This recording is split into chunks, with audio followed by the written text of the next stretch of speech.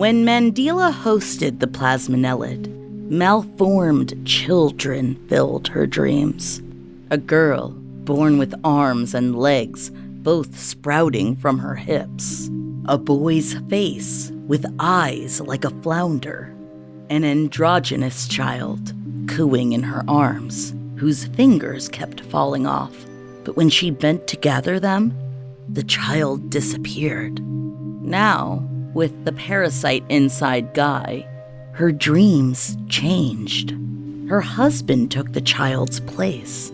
Mandela's sleeping mind spliced together their first dates, but attached a bulging mass to Guy's stomach. They were running to the bodega for chips when a storm broke.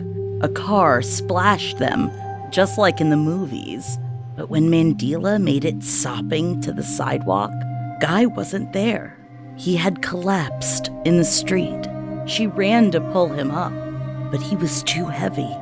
A tumor spilled out of his shirt, pressed him flat to the asphalt. His face changed, eyes balanced one atop the other, and the mouth a vertical slit. He was rasping words. She bent to hear. "Wake up, honey." Mandela stirred from the dream. Honey, wake up. The dream disappeared, but the anxiety remained. "What's wrong?" she asked. "Do you need the bathroom?" Guy nodded, too embarrassed to look her in the eye. It's an emergency. All right. Hold on." Mandela hopped off her side of the bed and circled around to Guy. He scooted to the corner of the mattress, but without the use of his legs, he couldn't do much. "Are you sure you don't need the bedpan?" He nodded again. "All right, hup." Mandela stretched out her arms. Guy hopped and leaned in, and she dragged him sideways into the wheelchair. The child affected every branch of Guy's body. He aged 5 years with the second implantation, 10 with the third. His balding accelerated, his skin spotted and thinned. Every angle of his body was harsh, and his eyes seemed to sink into their hollows. Yet he was, if anything, too positive. I keep thinking about all the leeches I had as a kid, he told Mandela one night, between sequences as she nursed. The child spent 4 weeks ex abdomine, a frog-like transitional state with webbed toes and inches of stubby tail. She'd nurse the child while Guy did dialysis. The mosquito bites, gosh, the ticks. If anyone can survive this, it's me. I was built for parasites. But even Guy couldn't maintain a cheery attitude after the final implantation. He could barely move. They were halfway down the railroad apartment, narrowly squeezing through the second-room divide, when Guy slumped his head forward and began to weep. I'm sorry. Mandela didn't so much as frown. She pressed his head against her side, where the parasite had erupted 2 phases ago. She thought she'd never stand up again, that it would never heal. It's okay. That's just how Pips goes sometimes. Guy rubbed his face on the overwashed cotton of her nightshirt. Can you ask Pips not to go down my leg next time? Sick as he was, he still tried to make her laugh. Mandela felt it was a good sign. She rolled Guy to the nearest set of paper towels and kissed his forehead. 2 more weeks. They had weekly appointments at the Pips clinic until the due date.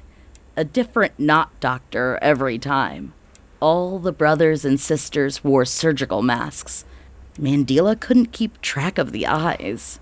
This one had brown eyes and asked all the same questions. Is Guy on the low pH diet? Has he vented any carbonation yet? This is his 3rd implantation? None of the sisters said anything. but Mandela could tell things weren't looking good. They didn't smile the way they used to. 2 weeks until eruption. Brown Eyes frowned. What can we do to settle your mind? It's not my mind I'm worried about. Guy tried to joke. No one laughed. I want to hear it straight. What are our chances? Mandela asked. The sister shook her head. That's not the way we look at things here. Ask positive questions. What can I do to make sure we have a good eruption? What is my happy eruption plan? Have you been praying to the mother? Mandela grit her teeth. Is there someone else we can talk to? Guy couldn't sleep the week before eruption. He braced his swollen side on a body support pillow, groaning for hours. The skin around the bulge stretched into swirls and splotches, like marble. I'm fine. He told her. Leave me in here. One of us should get rest. Mandela didn't sleep any better on the couch. Mere feet away, she missed her husband. She could anticipate the regret. Why didn't I sleep by his side while I still could? Guy, she sobbed, testing how the sorrow might feel. Oh, Guy. Mandela imagined raising the child on her own. All the responsibility would fall on her. They would feed for 2 more years from her body. How would she keep a job? Where would she live? She couldn't stay here. Not if Guy were to. If he... Mandela couldn't catch her breath. She breathed in, but never found air. How could she love this child if they killed her husband? Ah!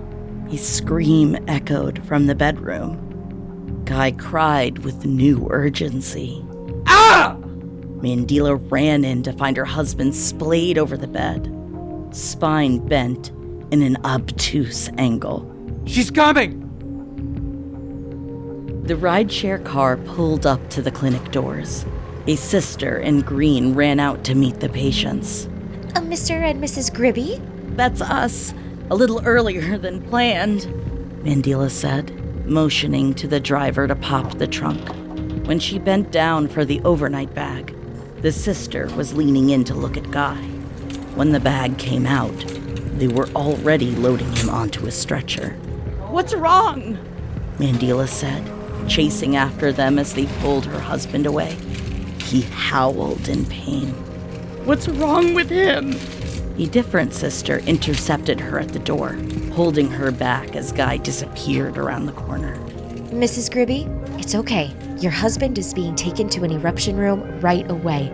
Come with me. We just have a little paperwork first. Mandela didn't listen. She broke the woman's grasp and ran down the hall. For the last 2 eruptions, they had waited hours in triage, hearing the most dire cases fill the rooms ahead of them. Prompt attention was a bad sign. Guy's screams directed her to the East Wing. A brother in green jogged alongside Mandela, heading to the same destination, arms full of towels. Ah! Guy screamed from a door at the end of the hall. Ah! Then the screams stopped. Mandela broke into a sprint. Inside a rock-hewn room, the staff stretched Guy onto an eruption table, his shoes still on. He was not moving, his eyes half-lidded. The team made room as Mandela ran to his bedside. Guy? Guy, wake up! Mandela didn't know what she said. Words simply arose. We can't wait, people! The sister in gold shouted. They're coming now! As gently as he could, a brother shoved Mandela to the side. The sister in gold hugged her arms around the bulge in Guy's abdomen, like a giant pimple she aimed to burst. Mandela stood silent as Guy's body moved, ragdoll under the prods and jostles of the team. Get the eruption pan! Mandela's heart raced. Her throat grew tight. Suddenly, there was someone new in the room. From Guy's distended, marbled side, the child emerged, head first, through a 4-inch incision. They puckered their mouth and clenched the eyes so the top of the head looked like a wrinkled lemon blooming from flesh. The mouth opened. A whistle shrieked out. The sound roused Guy. His head tilted up, and his eyes opened, though they could not focus. Samantha? They're a child. The sister pronounced. She turned to Mandila. Would you like to sever the proboscis? Yes. Mandila approached her child. The tail was no more than a bud of skin, and the number of features and their designs were all human. She was speechless. Whatever doubts she felt before disappeared with the final phase. This was their child. The biological spark lit inside of her, a warmth in a place she had never felt before. This was their child. The sister in gold held up what looked like garden shears in her hand. Mandila reached out to receive the tool, smiling at her husband. Guy's eyes were dim. His head fell back. Guy? We need to move fast! A brother shouted. The sister severed the proboscis before Mandila could object. They hurried the child into her arms. A sister in green pulled her to the side. We need to take the vitals over here. What about Guy? The woman led her by the child's arm. All was frenzy, and Mandila didn't know where to look. We're doing what we can. The sister muttered. Come, we can do this in another room. The child cried out as the sister pulled, and Mandila stood still. I'm not leaving him. She cradled the child to her chest and pushed between the assistants to be by Guy's side.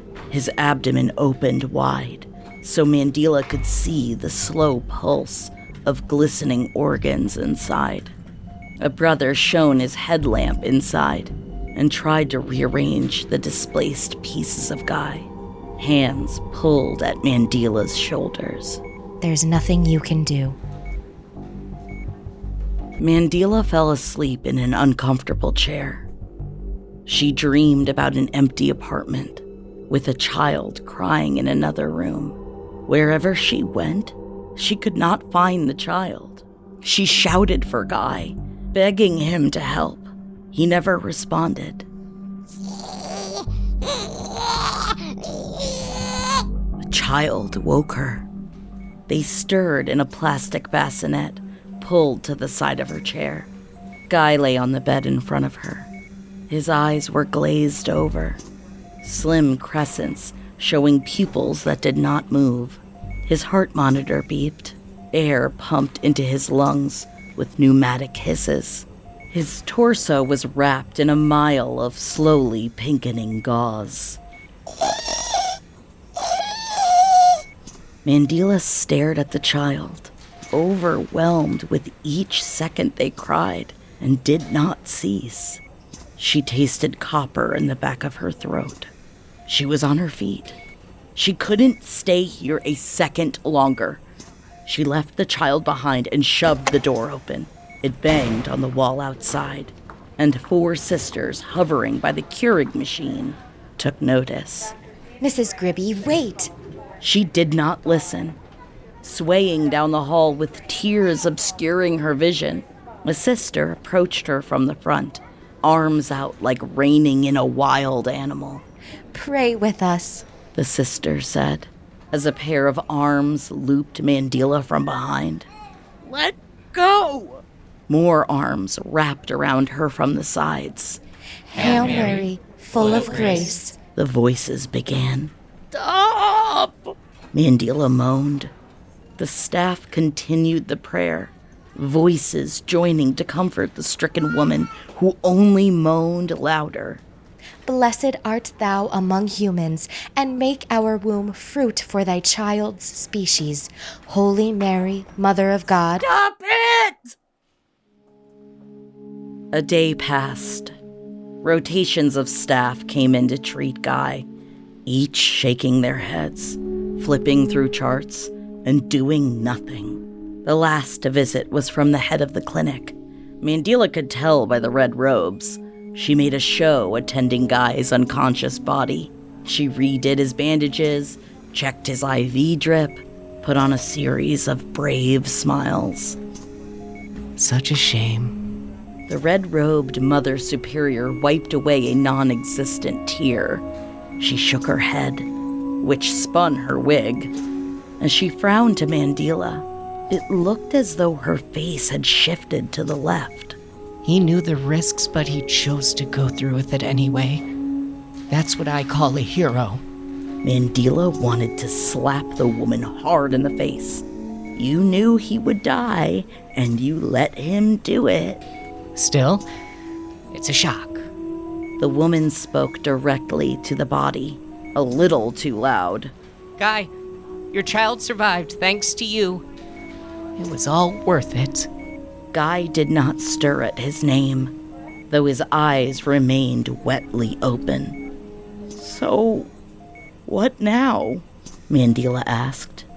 The child moaned in the bassinet, and she placed a warm hand on their chest. We provide Guy comfort. It's the best we can do.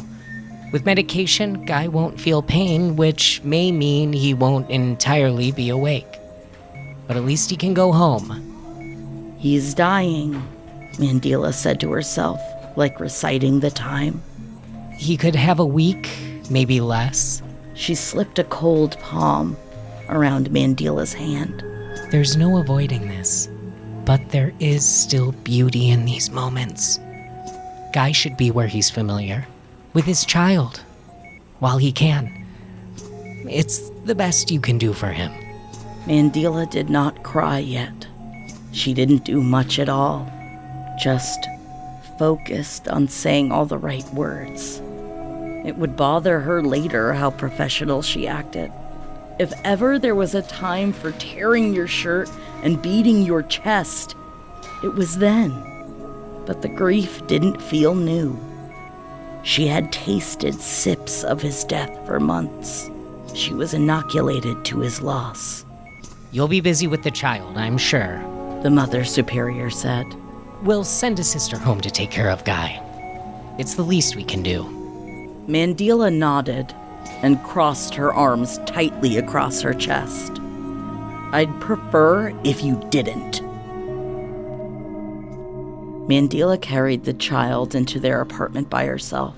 His sister wheeled Guy in on the flat chair after. Another followed with the adjustable bed on loan from the clinic. The sister gave Mandela a demonstration of how to change the IV drips. She wrote out cards with dosage information and numbers to call. Mandela took it all in without any expression. And, The sister spoke delicately. whenever it is he does, pass, just give us a call. After you've said your goodbyes, we'll take care of everything.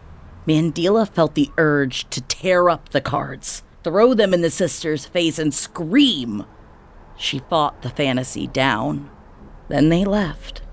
The quiet sounds of the apartment came back to Mandela.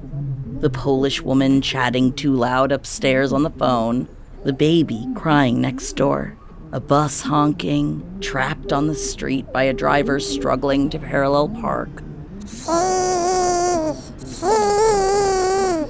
The child whistled in her arms. We're home, she said, in sudden relief. She held the child close, their warmth spreading into her chest. You're home. That's right. She looked down the length of the apartment at her husband in the bedroom. We're all staying right here. Mandela carried the child in her arms to the bedroom, describing each room they passed through. This is the office. This is where Daddy works. Or where he used to. She heard the breathing machine as they entered the next room. This is the living room. Do you remember this? She looked into the eyes. She read somewhere they could see color after the final eruption, much more advanced than a traditional infant. Could they remember their previous pupil states? She stopped outside the bedroom. This is... she began, but the words expired in her mouth. She entered the room in silence. The bedroom hummed with the few devices keeping her husband alive. The light was different at home, gentler. Guy didn't look so pallid or stretched thin in the familiar place. It settled him. This is your daddy, she said. Do you remember Daddy? Mandela wondered if they could recognize the man anymore. Mandela couldn't. His hair had gone colorless, falling out in patches. His skin looked like dry seaweed, the meat gone in his face. She never knew he had such prominent cheekbones. Yet, the child must have recognized something. The proboscis flicked out, and they pointed the top of their head at Guy, focusing the dark eyes. You do, don't you? The child was so much more aware than they were in the previous states. No senseless shrieking, no dim-eyed obliviousness. She sat down at the side of the bed, bringing the child closer to Guy. They kept their eyes trained on the man.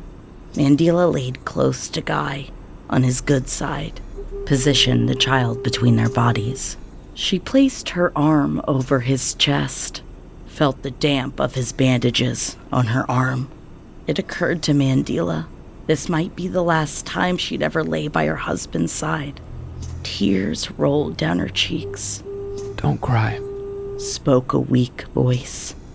Mandela wiped her eyes. Guy was awake, his hollow eyes centered weakly on the child. Guy, was all she could muster. Just saying his name almost choked her of her air, the single syllable trembling into a melody. I want to hold her, he said, arms opening in little jitters. Of course, she said, and helped configure the child on his chest. The bus outside in the street finally pulled away, and the afternoon felt at once serene. She's so human, he said. What did you expect? Nothing this beautiful. The child curled into Guy's side, comfortable in his scent, the feeling of his flesh. The puckered mouth on top of the head opened and widened into a toothless, pure smile. They could recognize him, inside and out. Guy? She struggled with the word again. Guy, I'm sorry. I didn't know it would. I didn't. He shook his head. Not now. Now. He turned his eyes to the child. Now is for us. While I'm here. The words staggered out of his mouth, each an effort. I'll take lots of pictures, Mandela said. They'll remember you. Let's read her a book. Mandela and Guy lived a year in 3 hours. A year's worth of emotion and regret. A year's worth of discovery and joy. A year of photos by the way Mandela tapped on her phone. A year of smiles. Mandela's mouth hurt. She hadn't smiled much the last 6 months. Joy like this was inseparable from pain. Pain made the joy last, like carving initials into a tree. They read the child a condensed version of the Jabberwocky that was light on the beheading. Then it was a book of dots and spots and high contrast images. The child looked at each page, followed the white and black sun as Mandela raised it high. Sunrise, she said. Sunset, as she lowered it. She's focusing so hard. Guy said. They helped the child exercise their new body form. Leg stretches and arm lifts, crunches and tummy time, until the infant objected with a whistling whine. They rubbed at their face with arms that still weren't quite the same color as the body. They're getting tired, Mandela said. I am too. Do you want to take a nap with them? Is that okay? Doesn't cause SIDS or something? Mandela laughed. Plasmonelids don't get SIDS. They don't? Mandela shook her head. Guy made the weariest smile she had ever seen his face bear. Well, come here, little miss. He could barely lift his hands for the child. Mandela had to arrange his limp arms around their child as she laid them on Guy's chest. Thanks to the high position of the child's face, he could easily look into their eyes, watch them grow drowsy, then drift to sleep. She looks like you. The hospital bed squeaked as Mandela lay behind her husband, spooning her family. You think so? I do. Guy paused. You still don't think she'll be a girl, do you? Mandela pursed her lips. Maybe they won't be. I know you have a feeling, but... You don't like Samantha? Mandela didn't say anything. She held her hand out to the child, who gripped her thumb in one hand and the pinky in the other. She pulled up on the arms like the child was a marionette. Such a good little gripper. Come on. Guy tried to smile. If we can't talk about this now, when will we? Mandela let her hand fall. The child pulled it to their chest. What about Sam? She said. Guy smiled. Sam.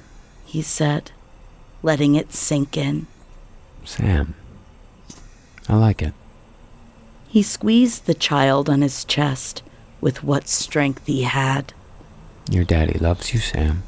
Mandela watched Guy close his eyes, unsettled by how the pupil was still visible behind the thin lids. She hugged him close and listened to their child breathe the quick triplets of an infant plasmonelid. In, out, in, out, in, out. The white slashes of healed-over gills growing red with the effort. She fell asleep. The child's cries woke Mandela. She stirred alert at once, ears tuned to Sam's frequency. Parenthood was a series of instant, eternal adaptations. She would forever hear her child's cries and other noises. Creaks of closing doors, hubcaps grinding against curbs, plates squeezing into a drying rack. She's probably hungry, she told Guy. He did not respond. Guy? She could only hear the child's breathing. In, out, in. Out, in, out. Guy. Pain added syllables to his name. His arms still held Sam. She touched his skin and found it cold. She recoiled, wishing she could take back the touch, unfeel the cold, unlearn the truth. She touched again, hoping to feel something different. He was chill, silent in a way she had never known. Mandela sat up and felt alone. She brushed a hand over Guy's mouth, still unconvinced. With the child in his arms, he seemed at peace. She didn't want peace. She touched Guy again, but this time she shook him. Move! Get up! Say something! She could not surrender Guy to the past. I'm not ready, she said. Guy, I'm not ready. She began to hyperventilate. There was too much to do. Sam needed to be fed. Her husband needed to be buried. But before any of that, she had to pry her child away from their father's final embrace. It paralyzed her. Visions came to her in paralysis. She saw future birthdays with her voice alone singing happy birthday. She saw lonely bleachers at Little League games, an empty space beside her in bed no child could fill, no matter how large they grew. Another burden pressed the air out of her lungs. How would she get her husband out of bed? The difficulties of city life colored the fantasy.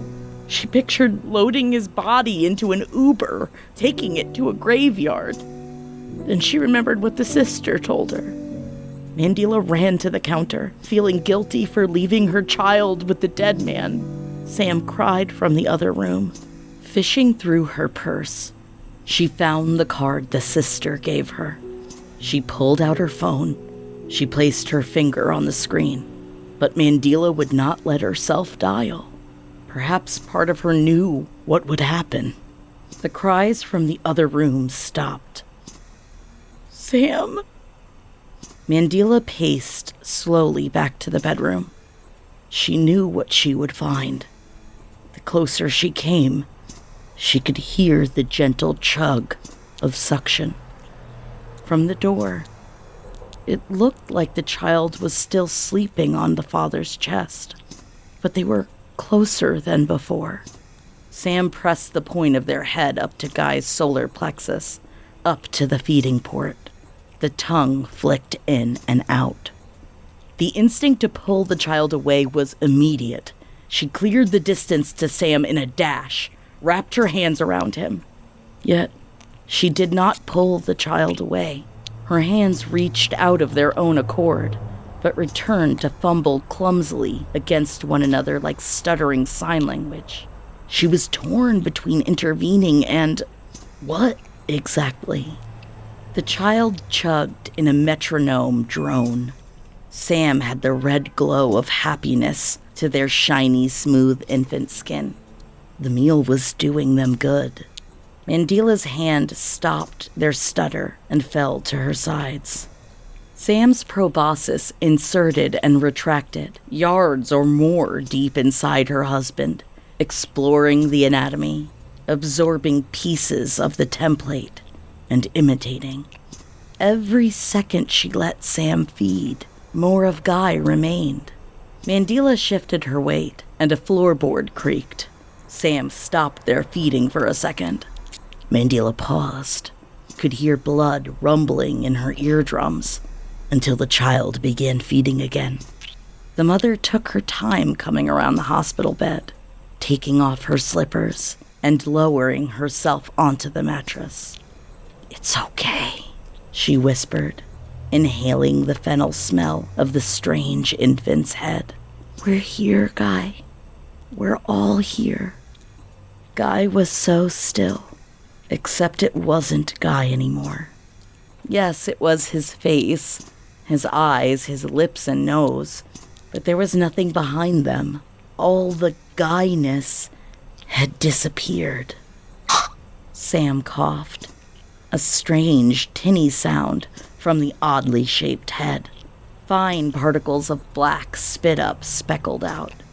Mandela wiped them away and kept her hand pressed to the warm cheek of the child. If anything remained of the husband, it was in Sam. Mandela wiped her eyes and held her sobs in. Best not to disturb them. A week later, the mortuary staff of Mother Mary's Pips Clinic arrived to dispose of the body. They lifted what used to be Guy with ease. He was oddly light. He smelled worse than the others, with a note of fennel mixed beneath it all. When they found the unused IV bags, some of the staff gave Mandela odd looks. She didn't care. Mandela followed the disposal van in an Uber, sitting next to Sam in their car seat.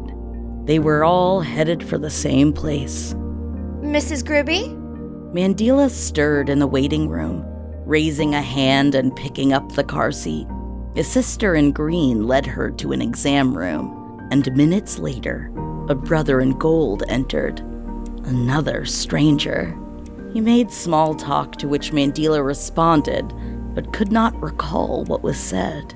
Her breaths were shallow, with a pace like Sam's. Her nerves amplified when the exam began. She was certain the brother would find a flaw, a symptom of something worse, or evidence of the child's diet. It had not occurred to Mandela before, but she worried what the effects of eating from a deceased food source would be. Sam had absorbed Guy. Did that include his death? Well, The brother drew out the syllable. everything here looks tip-top. 45th percentile in head size, but 99th in weight. A little head on a big old body. Don't have to worry about this one getting enough to eat. But that evens out as they grow. He flipped a page. The chart doesn't list a name yet, I see. Sam, Mandela said. Ah, nice and gender neutral. He winked. He studied his file, held a paper up in one hand, and lined it up with the child's face, and gave an apologetic smile. I hope you won't mind me saying, but I think they look like their father. Mandela studied the face. Could they have changed so quickly? Yet, in the folds of the eyelids, the asymmetry to the mouth, she saw pieces of the man she knew. Yes, she said, he does, doesn't he? The brother smiled. He? So, thinking it will be a boy? Mandela held out her hand, and Sam grabbed her thumb. Just a feeling.